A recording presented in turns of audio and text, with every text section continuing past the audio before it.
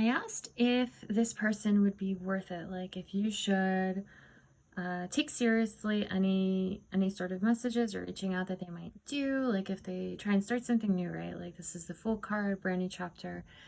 Then this popped out. Okay, so the full card landed in my lap. Then this card jumped out and I was like, ew.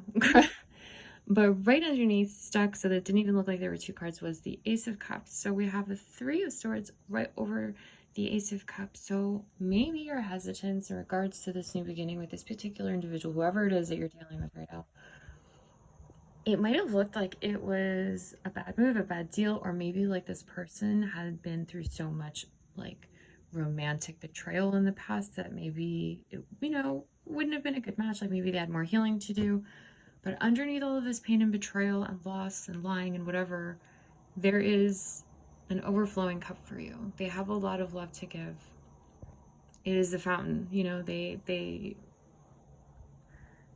despite all this heartache, they are still a very loving person and they still have a lot to offer. So if you can get past that like initial, maybe they're too quote unquote damaged for me to be with.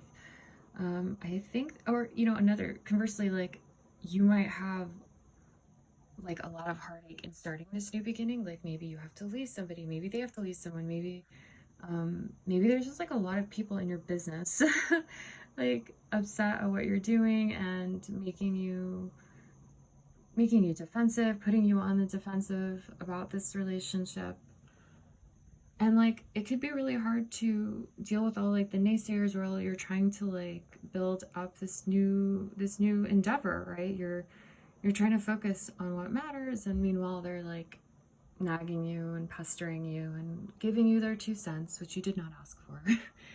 But I think that if you can hang in there, if both of you can kind of, do the required work that everyone has to put into relationships, like look how the cup is just pouring down into the Four of Wands. So stability, a house, like you could move in together. This could be like your first official, like a major milestone in your relationship. After you come together, you could set up a household.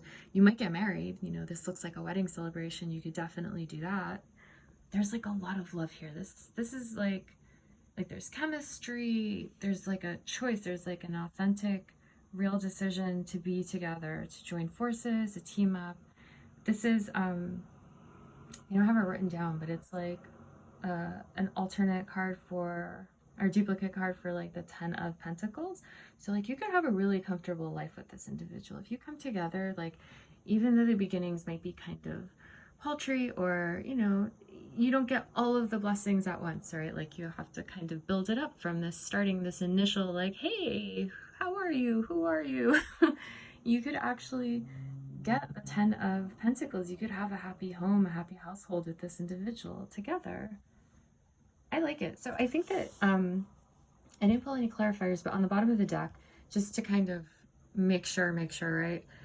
Really, I feel as if these 3 swords are you both needing to get over slow moving, procrastinating, like being unsure about whether you should like start something, like feeling trapped. So like those moments of like, I don't know, should I, would they like me, do they like me, how do they feel, like that that lack of certainty is really going to be your biggest obstacle, I think, in this relationship. Because the rest of this stuff, this is stuff you're going to have to do with anybody, right? You're going to have to put in effort. You're going to have to maintain it and nurture it and pour love into it all the time so that it stays healthy and happy.